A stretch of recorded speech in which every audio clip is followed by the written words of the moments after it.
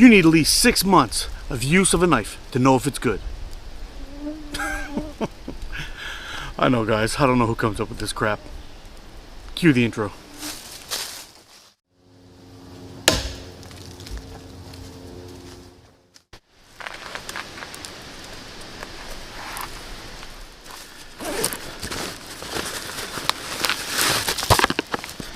Sorry guys, you might be wondering what the hell that comment was all about. Well, let's give you a little bit about a bit of backstory here.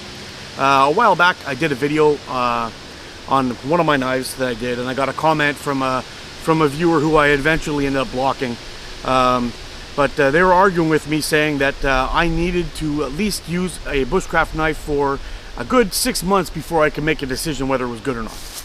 Now, my response to him was basically, well, I had been around knives long enough to know what works for me and what doesn't, and what I'll like and what I don't. And the person continued on talking about how I don't know anything and blah blah blah blah blah. So I blocked them and kicked them out, and I just never spoke to them. And the worst thing about it was I was actually a subscriber to his channel as well, but I don't have time for people who are being arrogant. So that said, I went out and I got myself a knife. Here it is. And we are going to go ahead and open this up. We're going to try it for the first time, and I'm going to review it, and I'm going to give you my thoughts on it. Now, what is this knife, you say? Well, let's bring you in a little closer and we'll take a look. So here we go, guys. Let's open her up. I haven't taken this knife out yet. I just removed it from the shipping packaging, and that's it. So here we go. We've got a Mora Garberg.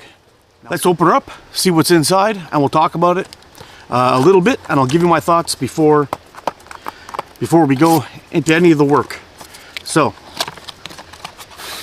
jeez, mosquitoes are crazy. All right, so we've got the knife with what seems to be a, so you can carry it as a belt knife. And this thing is some kind of retaining strap. All right, looks cool. Okay, that's how it comes off. We'll put that there. Let's see what else is in the box. All right, and we got the multi-mount with some kind of strapping here. So the knife. Whew. There we go. I got the stainless steel model only because I wanted to have a stainless steel knife. And you've got this pommel on the back end, quite sharp. I definitely wouldn't be whacking the back of that with my hand, that's for sure. 90-degree spine, feels insanely sharp. We'll test that out in a little bit. And if you take a look at that edge, whoops, where are we here? No flat spots, which is good. And it does feel quite sharp all over. Let's see if it'll shave.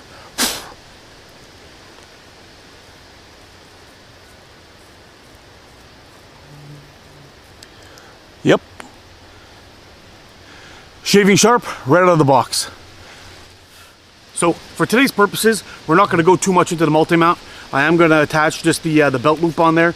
We're going to hang that from my belt. We're going to use it just as a belt knife.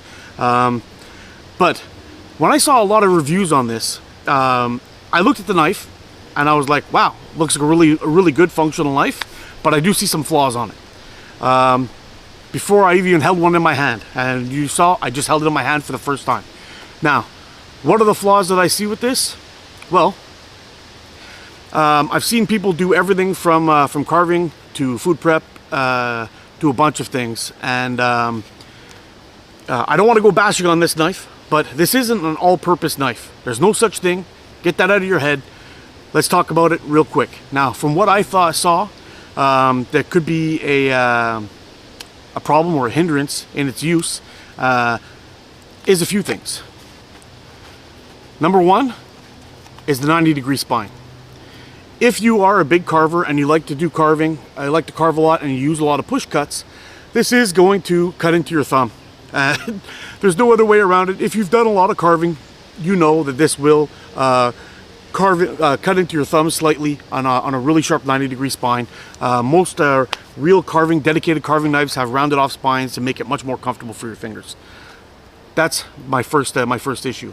The second issue is what I saw on the in another video. They were talking about, you know, the retention strap that goes along on there. I think the longevity of that retention strap is going to be short-lived because of this sharp spine. As it's moving around, it's going to end up cutting into that leather. And I've seen a lot of people do food prep with this. Now, anybody who's been around different types of grinds, Scandi grinds are not the best for food prep. You can have a crazy sharp knife, but it will not push through a carrot or a potato or any other vegetable or a tomato as well as a flat grind will. Flat grinds are in kitchens. That's why they're used, is because they slice through materials with the least amount of friction. That's why people use those. So if you are not a heavy wood processor in the woods and you like to do a lot of carving and that kind of thing, this may not be the best suited knife for you to pick up. That's it. Scandi grinds are badass for wood processing. They're good for batoning. They're good for carving even. And shaping wood.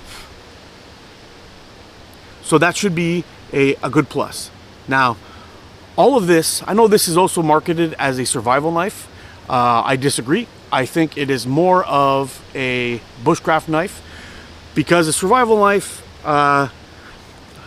tend to be used for stabbing, for a bunch of other applications than just processing wood and things like that. Now, that's part of the issue, is a survival knife should also be used as a fighting tool. Now, usually a fighting tool will have a swedge, which allows for more penetration and whatnot.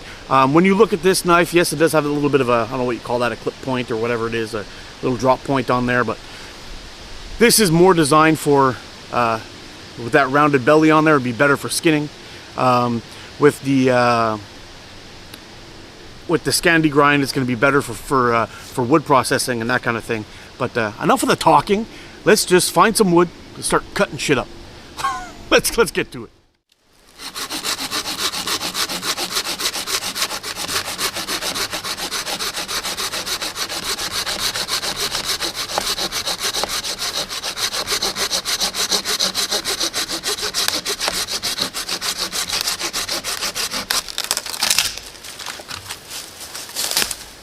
Now, I got this nice little branch here, and let's see how she carves. Let's just get ready.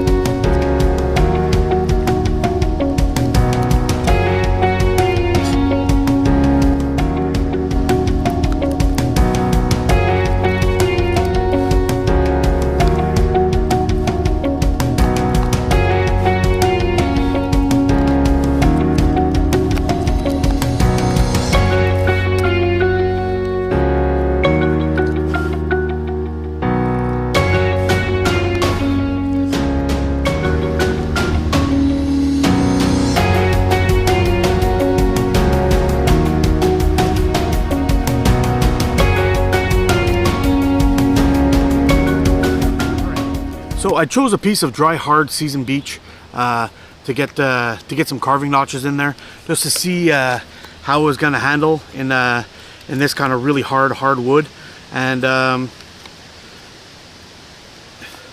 it did pretty good, all things considered. But a Scandi grind also has limitations. It's not really great at push cuts. It'll go in a certain amount, but it won't go in too far before the wedge starts causing friction on the entry of your blade. But I'll show you what we got done here. So we got done a quick number 7 notch. We did those little log cabin notches, a little square out block there, you know, like a half moon, whatever you want to call it. We got done a nice pot hanger, and I was able to get inside that hole quite nicely, so it would hang quite nice. And then I just kind of carved out this round little dowel. Handled all those real nice, with no issues really, to be honest.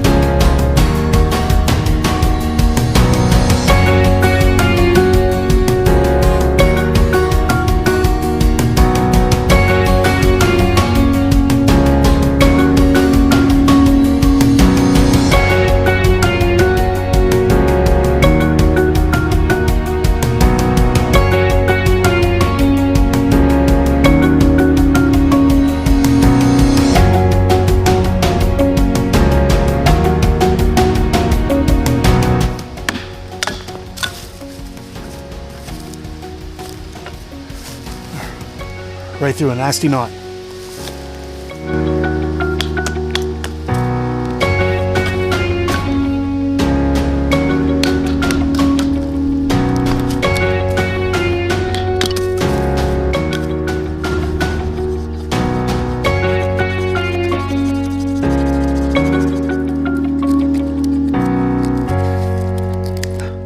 Those feather sticks on the side there, and let's see how this 90-degree spine works.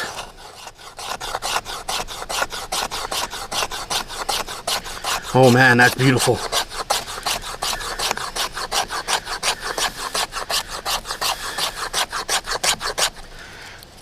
Now that's more fluffy and easier to catch a spark than any feather stick I've ever made.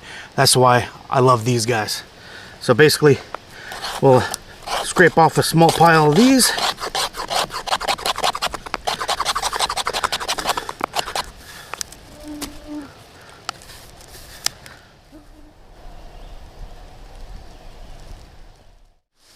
Sorry guys, I'm gonna go ahead and collect some smalls. I don't know how much longer I could take these mosquitoes. They're really starting to drive me crazy. I put on the bug spray and they're just kind of like, psh, sucker, you're dead. And that's it, they're all over me. So I'm gonna go collect some smalls. We'll kick a spot clear here, and we'll get a quick fire going, and I got a steak to cook.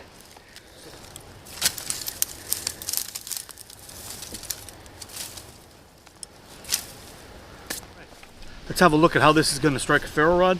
I have a Nathan 4071 right here, the Kong again with me today. This thing.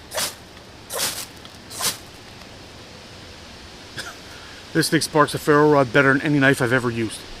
I did collect some birch bark on the way in. It's in my pocket. We're not going to use it. Now guys, a ferro rod. Nathan makes great ferro rods, but a ferro rod is only as good as a striker. If you got a crappy striker, it's not going to work. So what we have here is a bundle of hemlock twigs, basically smalls, and we're going to see if we can light these directly with the ferro rod. Now I know Nathan has one of the best ferro rods in the game, and this Garberg has one of the nicest spines I've ever seen. Almost.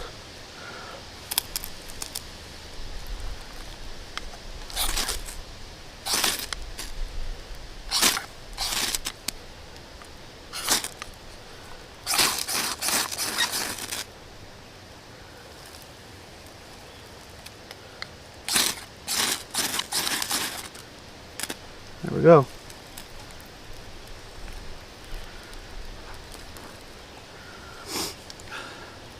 This thing is freaking awesome.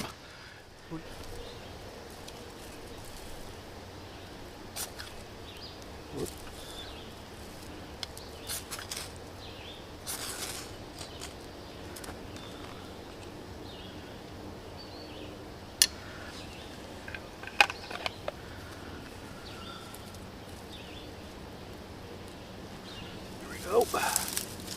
That didn't take very long at all.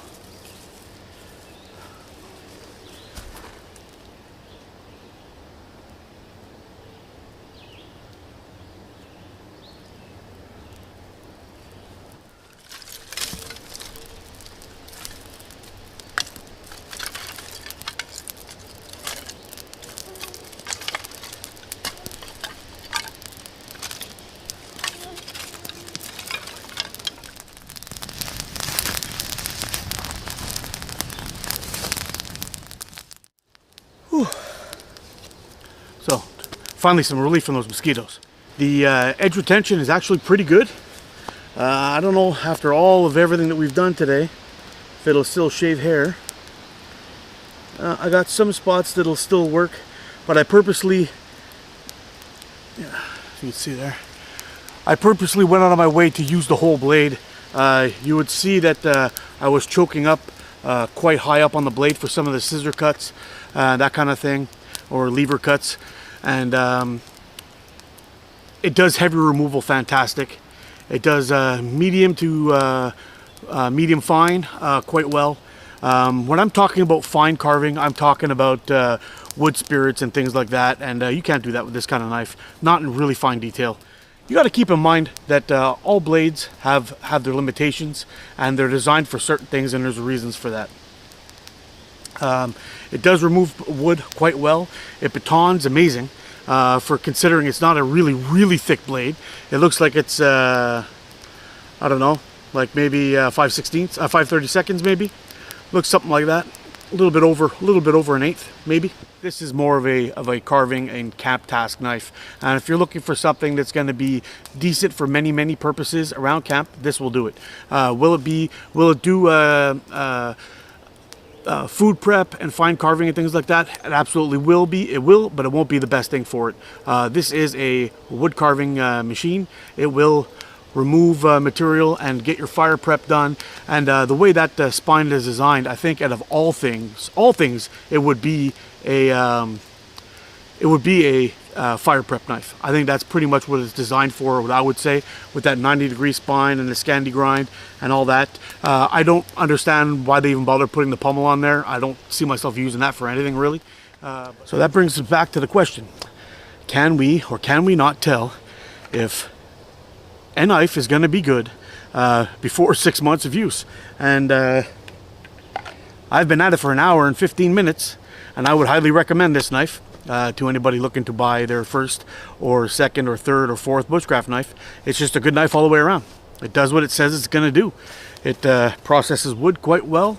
It seems to be sturdy build. I mean, I split up knotty seasoned dry beech, and there was no punk in that wood either. That was some hot, hard, really hard wood, and it took it like a champ.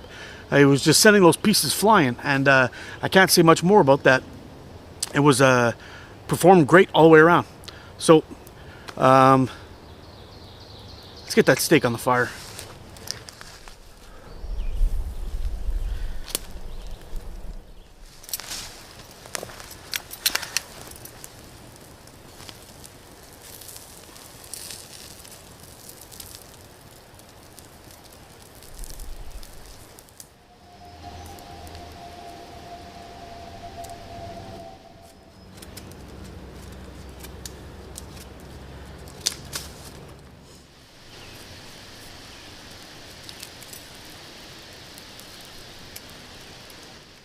There we go, guys. Another dirty steak to eat. Got some prime rib going on today, and looks like we're gonna have to go with the Canadian tripod technique again.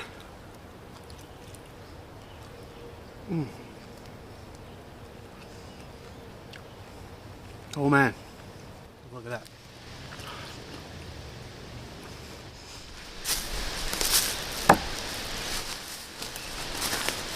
All right, guys. Time for some final thoughts. Comfort of the handle, this thing's awesome. Definitely does what I needed to. It didn't give me any hot spots. We did a lot of carving, a lot of batoning, you name it, we did it. Pretty much everything but chopping today. And no food prep, but we did some really hard, tough carving with this guy today. I was whittling away while I was waiting for the food to get ready. The 90-degree spine is a plus and a minus. If you like to carve and you use lever cuts, it is going to mash up your thumb a little bit. You can get away by that. If you want to be able to strike a ferro rod, which this thing does amazing, and give yourself maybe the first inch or so, or inch and a half of blade here, and then round out the rest of it for your lever cuts, and you won't have to deal with your thumb getting chewed up by that 90-degree spine. That's awesome. It scrapes wood real well, and it scrapes a ferro rod insane, as you saw. The edge retention on this guy is quite good. From what I do understand, it is an upgrade on the steel, so it makes it a decent, an even better version of what the Mora was doing before. Now, there does seem to be a bit of a micro bevel on there. I will most likely be cleaning that off and going right to a zero grind Scandi, just to be, just because I find I can work better with those than I can with the micro bevel on there. However, the micro bevel will make that edge more durable, and it'll allow it to take more of a beating. So all in all, let's get back to that original question. Does this knife Can you tell if a knife is going to be good with less than 6 months of use? The answer is yes. I knew the answer was going to be like that too. I gave this guy a pretty good work over today. It took me about an hour and 20 minutes. We did fire prep. We did a whole bunch of different carvings. I don't know what Morse Cancy called it, a tri-stick or something. You know, you put a whole bunch of notches into a branch. I didn't choose any softwood. I went with all hardwood to really give this guy a good workout, and wound up with a pretty impressive results. It's not great for push cuts, but again, Scandies aren't great for push cuts.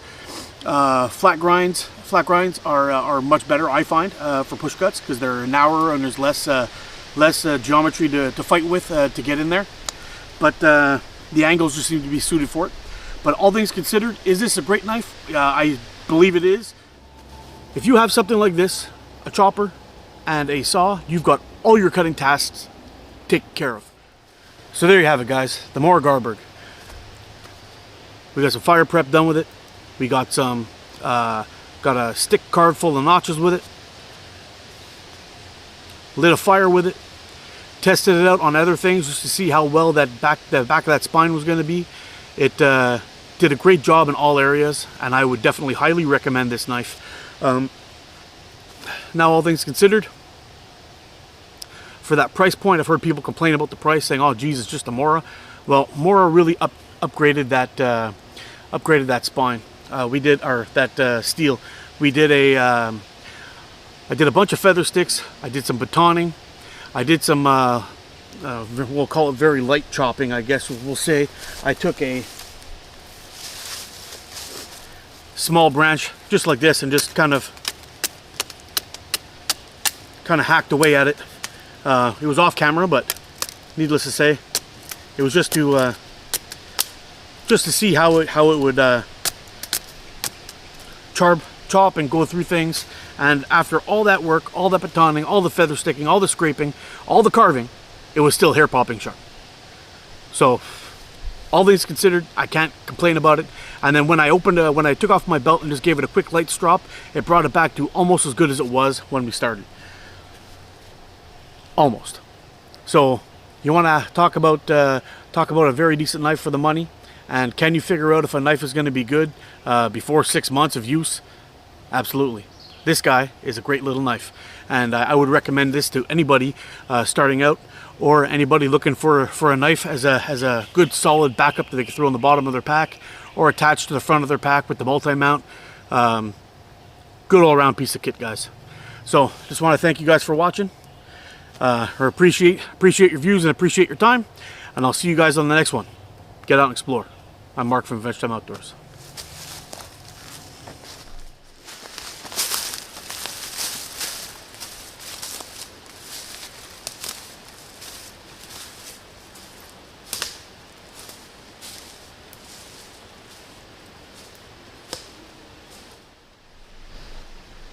Hey guys, if you liked this review, why don't you try checking out one of my other knife reviews? And if you haven't already, please subscribe.